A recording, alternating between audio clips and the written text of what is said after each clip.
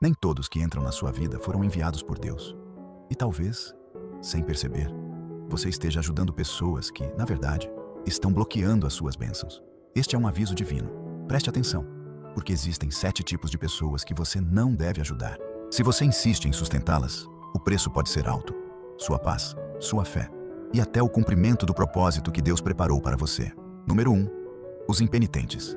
Não ajude alguém que se recusa a mudar. Se a pessoa não se arrepende do pecado, seu apoio não é bênção, é prisão. Você pensa que está estendendo a mão, mas está, na verdade, fortalecendo a rebeldia. É como construir uma escada para alguém que não tem intenção de subir. E lembre-se, quando você insiste em carregar quem não quer se levantar, é você quem acaba caindo junto. O apóstolo Paulo já disse: não vos enganeis. As más companhias corrompem os bons costumes. Se alguém insiste em viver no pecado, o melhor que você pode fazer é entregar essa pessoa nas mãos de Deus. Só Ele pode transformar um coração endurecido. Deus não quer que você se confunda com aparências. Ele quer que você reconheça padrões, não apenas personalidades. Provérbios 26:11 diz: como o cão retorna ao seu vômito, assim o tolo repete a sua tolice. Se alguém já recebeu a verdade, já provou da graça, já teve oportunidades de crescer, mas mesmo assim escolhe a rebelião, não é a sua mão que vai transformá-los. Número 2. O manipulador. Algumas pessoas não querem ajuda, elas querem o controle. Se você não tomar cuidado, a crise delas se torna o seu cativeiro.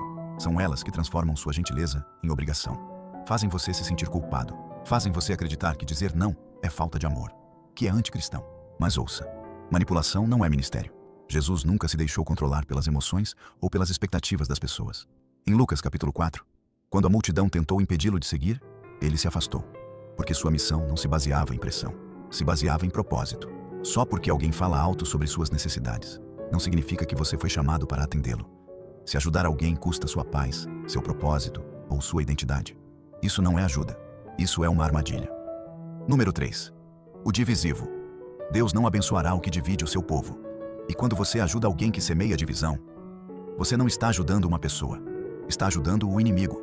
Esses são os fofoqueiros, os ímãs de drama, aqueles que sorriem na igreja, mas criticam em segredo, aqueles que vivem para inflamar e nunca para edificar. Tito capítulo 3, versículo 10, é claro. Advirta o que causa divisão uma vez e advirta-o segunda vez. Depois disso, não se envolva mais com ele. Isso não é frieza. Isso é uma ordem. Porque quando você ajuda alguém que provoca conflitos, você não fica apenas no meio. Você se torna parte da confusão. E, eventualmente, o conflito deles se torna a sua consequência. Lembre-se, Deus não está pedindo que você conserte o que Ele mesmo está tentando separar. Número 4. O esgotador. Algumas pessoas não querem crescer. Elas não querem transformação. Elas só querem receber. E a sua ajuda constante está te deixando espiritualmente seco. Você ora por elas. Você as ouve. Você carrega o peso delas. Mas nada muda. Sabe por quê? Porque elas não buscam mudança. Elas buscam um hospedeiro. Até Jesus tinha limites. Ele ministrava as multidões, mas recarregava suas forças na solidão. Lucas 5,16 nos lembra. Jesus frequentemente se retirava para lugares solitários e orava. Se o Filho de Deus precisava de distância, você também precisa. Não é egoísmo proteger sua energia, é discernimento, porque essa é uma guerra espiritual. Um espírito esgotado não consegue ouvir a voz de Deus com clareza. E o esgotamento é uma das armadilhas favoritas do inimigo. Ajudar não é sagrado, quando te esvazia e te incapacita. Ajudar não é ministério, quando te arranca da presença de Deus. Número 5.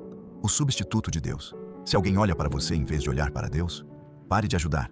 Você não é o salvador deles. Isso começa de forma sutil. Primeiro, eles pedem orações. Depois, pedem conselhos. Pedem apoio. Mas com o tempo, confiam mais em você do que no próprio Deus.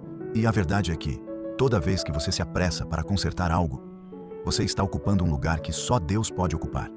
Em Atos 14, quando as pessoas tentaram adorar Paulo e Barnabé como deuses, eles rasgaram suas vestes e gritaram: somos apenas humanos como vocês. Eles sabiam do perigo de permitir que as pessoas os elevassem, em vez de elevar aquele que os enviou. Você pode guiar, você pode orar, mas você não pode ser a fonte da vida de alguém. Esse papel é sagrado. Se alguém continua se voltando para você, em vez de se voltar para Deus, sua ajuda deixa de ser bênção e passa a ser obstáculo. Lembre-se, você não é a resposta. Você é apenas o mensageiro. A fonte sempre será o Senhor. Número 6. O desobediente intencional. Se eles sabem o que Deus disse e ainda assim escolhem a rebelião, não se associe a eles. Essas são as pessoas que dizem: sim, eu sei o que a Bíblia diz, mas... Pessoas assim não precisam de uma tábua de salvação. Elas precisam de um chamado para acordar. A palavra é clara em 2 Tessalonicenses 3,14. Observem aqueles que não obedecem à nossa instrução. Não se associem a eles para que se sintam envergonhados. Isso não é rejeição. Isso é redirecionamento por consequência. Porque se alguém caminha ativamente contra a palavra de Deus e você continua apoiando essa pessoa, você não está ajudando-a a se aproximar da liberdade. Você está apenas tornando o caminho da destruição mais confortável. Ame-o sim, ore por ele, mas não ande ao lado de quem insiste em se afastar de Deus. A sua companhia não pode se tornar o combustível da rebeldia de ninguém. Número 7. O bloqueador de tarefas. Algumas pessoas não fazem parte do seu chamado. Elas são uma distração. Elas podem não ser tóxicas, podem não ser rebeldes, mas não estão alinhadas com o que Deus tem para você. E se você não tomar cuidado, sua compaixão pode te manter em um lugar que Deus já disse para você deixar. Em Gênesis capítulo 12, Deus disse a Abrão: deixe sua terra, seu povo e a casa de seu pai. Mas Abrão trouxe Ló. E foi somente quando Ló partiu que Deus lhe deu a visão completa do seu futuro. Às vezes, as pessoas erradas não são más. São apenas um peso extra. Não confunda lealdade com obediência. Quando Deus diz, vá, você não precisa da permissão de todos. Você precisa apenas da direção dele. Algumas das pessoas que você insiste em carregar são exatamente aquelas que Deus está tentando remover do seu caminho. A questão não é se vale a pena salvá-los. A questão é, você está disposto a obedecer, mesmo que pareça que está indo embora? Ajudar a pessoa errada pode parecer sagrado, mas desobediência, mesmo com boas intenções, ainda é desobediência. Leve isso à oração. Pergunte ao Senhor: quem eu tenho carregado? Que o Senhor nunca me pediu para carregar,